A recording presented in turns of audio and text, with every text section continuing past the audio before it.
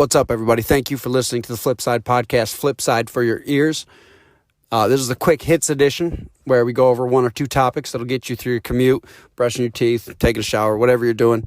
We appreciate any feedback, reviewing, subscribe, download, like, whatever your platform, however you get your podcast. Please hit the like, hit subscribe, and let's keep this thing rolling. Let's go. We talking about practice. Not a game. We talking about practice. Practice, man. I mean, how silly is that?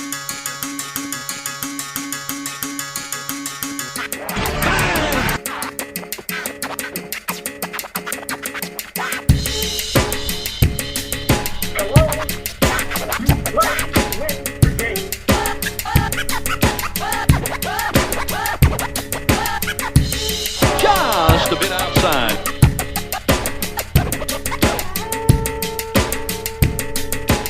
Oh my! He's on fire!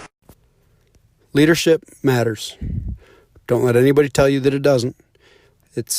When you talk about a company or an organization, yeah, the people at the bottom, the people that make it go are the most important part. And any CEO, any leader will tell you that. But leadership is what can really take an organization over the top. If you look at in the sports world, it's obvious. It's more obvious than in any other world.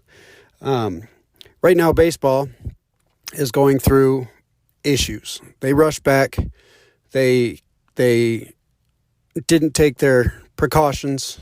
Now they have a rash of positive coronavirus tests, and they're canceling and postponing games, and we're seeing it all over the place. It's been the Marlins, it's been the Cardinals, and they're affecting the rest of baseball. And it starts at the top. And it's no secret that Rob Manfred has his naysayers, and rightfully so. I mean, he's mismanaged the Houston Astros situation. He has had a tense relationship, to say the least, with the Players Association, and now we're seeing it all come to a head. He's done nothing. He's doing the right things on the outside to show that baseball is willing to change and be progressive, and that they want to grow, and they want to change with the times. But baseball's not changing, and Rob Manfred's not changing. He didn't even give the Astros really a slap on the wrist. He didn't do anything. And then when they get into an altercation that we all expected to happen with the Dodgers, Joe Kelly hit a batter. We knew it was coming, especially from the Dodgers, somebody who was spurned by their cheating. He laid out an 8-game suspension in a shortened 60-game season. But that's not the knock on Rob Manfred. The knock on Rob Manfred is that he's had time to prepare for this coronavirus and this restart and getting baseball underway. And he's had great examples to look to in the NBA and the UFC. And they're the two fastest growing organizations in sports, and for good reason. They have great leadership. The NBA, Adam Silver's done a masterful job at this whole bubble scenario. Dana White in the UFC, he's created Fight Island and jumped through all sorts of hoops to make it so fighters can participate from whatever their nationality, whatever their country is going through with the coronavirus. And baseball, being the most heavily traveled and the heavily traveled teams with some of the biggest rosters, did nothing except shorten their season. And now we're seeing it all come to a head with a second wave of COVID-19, and it's threatening baseball. And I understand that baseball needed to come back. It's dying in America, and UFC and NBA are growing. NFL's always growing, but they got greedy, and it's starting to show. And I hope the baseball doesn't screw it up for football. But I want to talk about what the difference in leadership with these organizations is. Adam Silver is the commissioner of the NBA. He's done a great job. I mean, he's had a few hiccups here and there with the whole Hong Kong and China thing, and but the way he's executed this bubble, I mean, they've restarted. They're getting ready to go into the playoffs, and they've had 300 people tested on multiple occasions and have come up with 0 positive tests. And we get basketball because Adam Silver has listened to ideas, and no matter how far-fetched they were, he listened, and it's just not something that baseball's been doing. It's not something baseball's ever done, which is listen to the people or make changes or be progressive or be proactive, for that matter. They kind of just ignore it and hope it goes away, and it's not going away.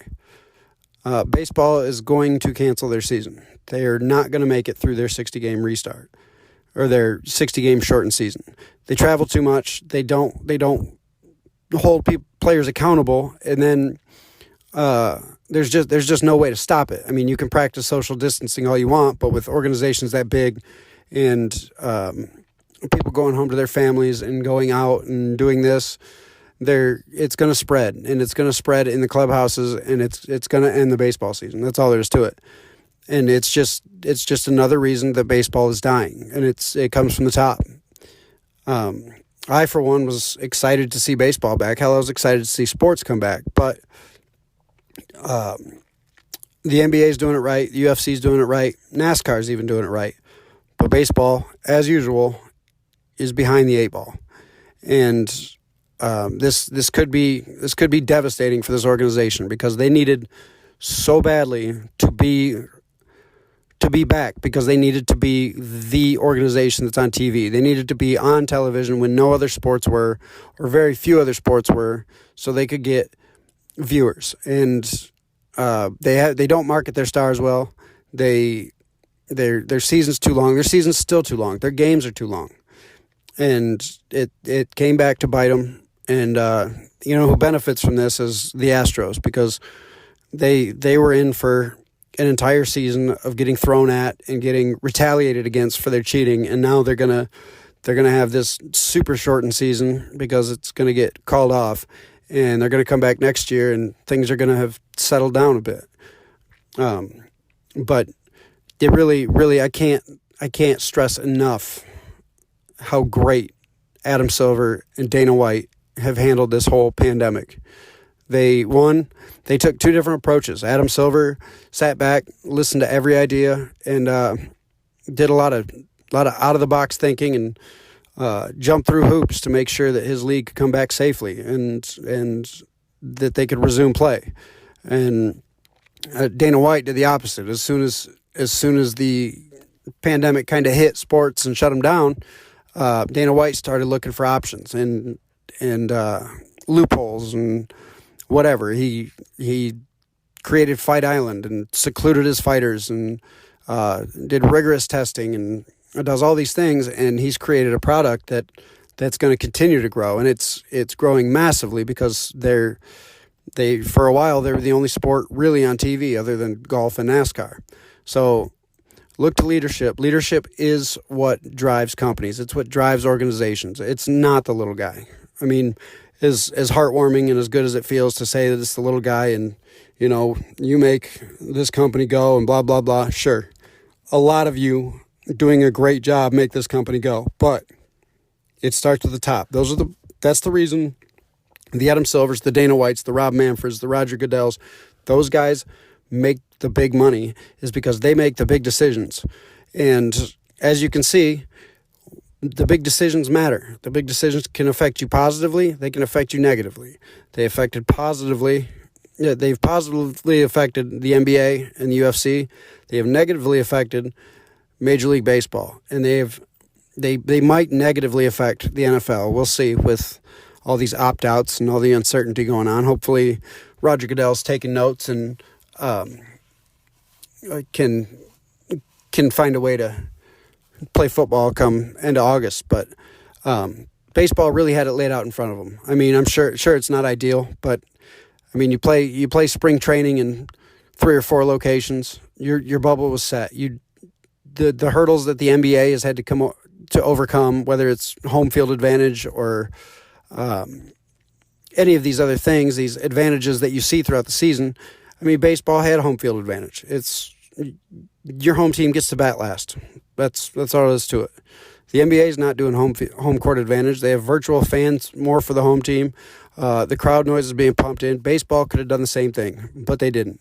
They didn't want to change. They don't like change. They've never liked change, and that's the reason baseball is falling apart. And that's the reason your average baseball fan is 60, 70 years old, because a lot of times they don't like change either.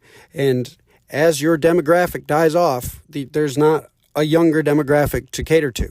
There's not 20 and 30-year-olds that are running to the TV to watch a 4-hour game on a Tuesday afternoon. It's just not the way it works. The attention span's not high enough. People have things to do. It's just not what it used to be. Nobody wants to watch a 4-hour game on a Tuesday afternoon with a team that's going to play that team 3 more times that week and then travel to another team and play 4 games where every single game doesn't really matter. Every single pitch, every single inning doesn't really matter. That's why football has been king in this country for a long time, is because of the short seasons, the shorter game times, and every single game matters. And sure, basketball and hockey have longer seasons, but their games are 2.5 to 3 hours tops. I mean, in baseball, you're looking at 162 games on a regular non-shortened season at 3.5 to 4 hours apiece for teams that are going to get in at 95 and 73 or whatever. So every game matters in football. Every fight matters in the UFC. Every game matters in the NBA, and they're shorter. Baseball is going downhill fast. Get off while you can. Thank you for tuning in to the Flipside Podcast, Flipside for your ears. Again, like, subscribe, download, leave a review, and see you next time. Thank you.